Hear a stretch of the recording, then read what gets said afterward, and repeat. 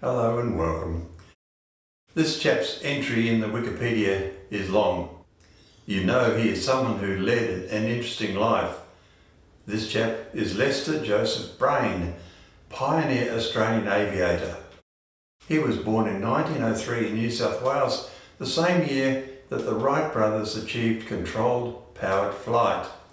In 1919, aged 16, Lester joined the commercial banking company. He was known to be mechanically adept, as he could fix motorbikes. It was suggested to him that he join the recently formed Royal Australian Air Force. He was one of 5 students who entered the inaugural RAAF flying training course at Point Cook, Victoria in January 1923. Brain's fellow attendees included Royal Australian Navy Lieutenants John Hewitt and Ellis Wackett. Wackett went on to become an Air Vice Marshal. Brain graduated at the top of his class, commissioned into the Citizen Air Force as a member of the RAAF Reserve. In 1924, he joined the Queensland and Northern Territory Aerial Services, becoming their first pilot without a war record.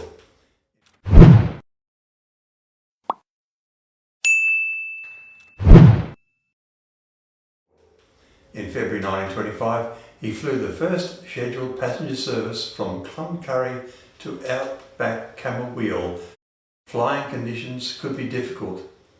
On a rain-soaked airfield near Cloncurry in February 1927, he tipped Qantas's first de Havilland DH-50 onto its back while attempting takeoff and without injury.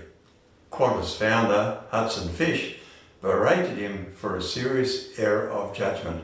Yet the next month, Brain became chief instructor at the Qantas Flying School. In April 1929, he was tasked with flying Qantas DH-50 Atlanta from Brisbane Airport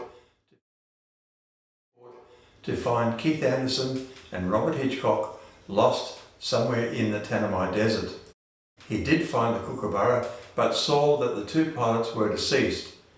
Anderson and Hitchcock had been positioning to take part in the search for Kingston Smith's Southern Cross. In a letter to Dick Smith in 1978, Brain was critical of Anderson and Hitchcock for their lack of preparedness for flight in such a hostile environment. Here is a letter. If you remember, the man who found the Kookaburra was Lester Brain. Yes, he was the Lester Brain. Qantas pilot who found, and I'm pretty sure this is from Double Bay, 15th of June 1979. Yeah. We'll just have a look at the end here, all handwritten.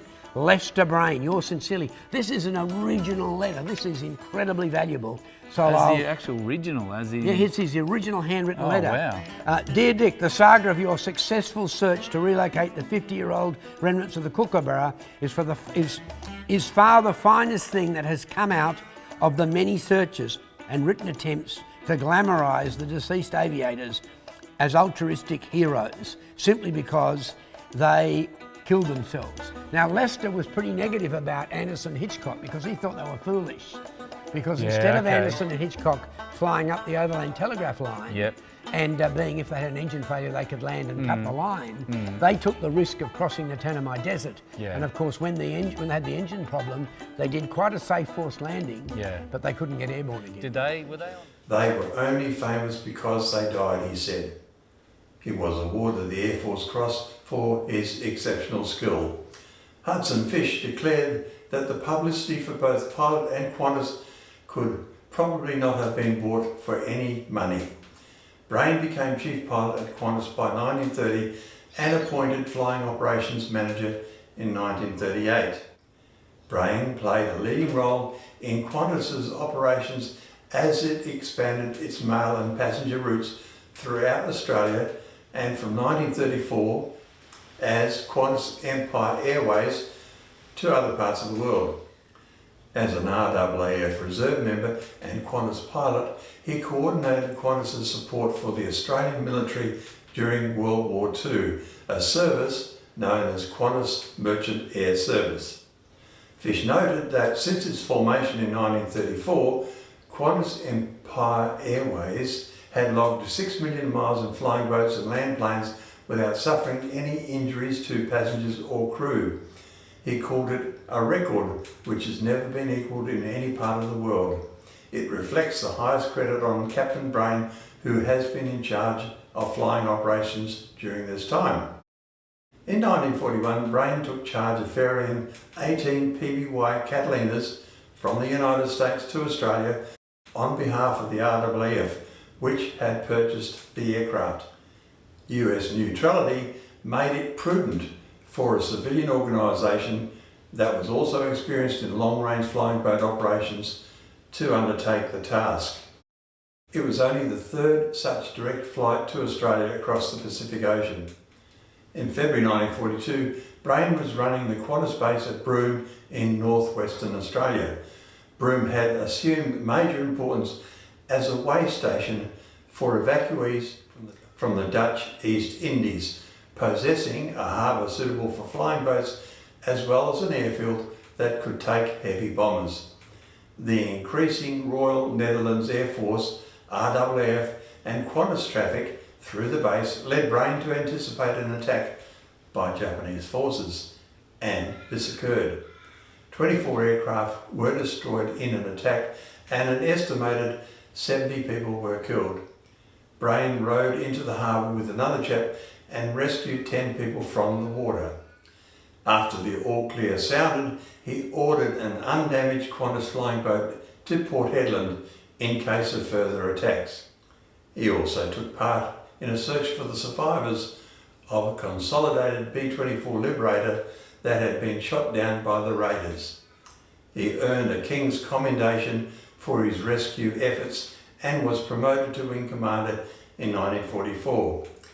Seeing little prospect for advancement at Qantas once the war had ended, Brain left to join the fledgling government-owned domestic carrier Trans-Australia Airways, TAA, in June 1946. Appointed its first general manager, he swiftly built up the organisation to the stage where it could commence scheduled operations later in the year. By the time he resigned in March 1955, TAA was firmly established as one half of the Commonwealth Government's two-airline system. After his departure from TAA, Brain became Managing Director of de Havilland's Aircraft in Sydney. During Brain's tenure, the company manufactured 69 Vampire jet trainers at its Bankstown factory for delivery to the RAAF, as well as Sea Venoms for the Royal Australian Navy. He joined the board of East West Airlines as a consultant in January 1961. He later declined an offer of a knighthood, but accepted the offer to be an officer of the Order of Australia in January 1979. When asked towards the end of his life why he had achieved so much but was not as well known as other aviation pioneers, he replied, "Because I was also very careful and didn't kill myself." Lester Brain died in June the following year at the age of 77. In November 2008, Qantas announced that one of its new Airbus A380s would be named Lester Brain. Thank you for watching. Do you have any comments? Please like and subscribe to promote content.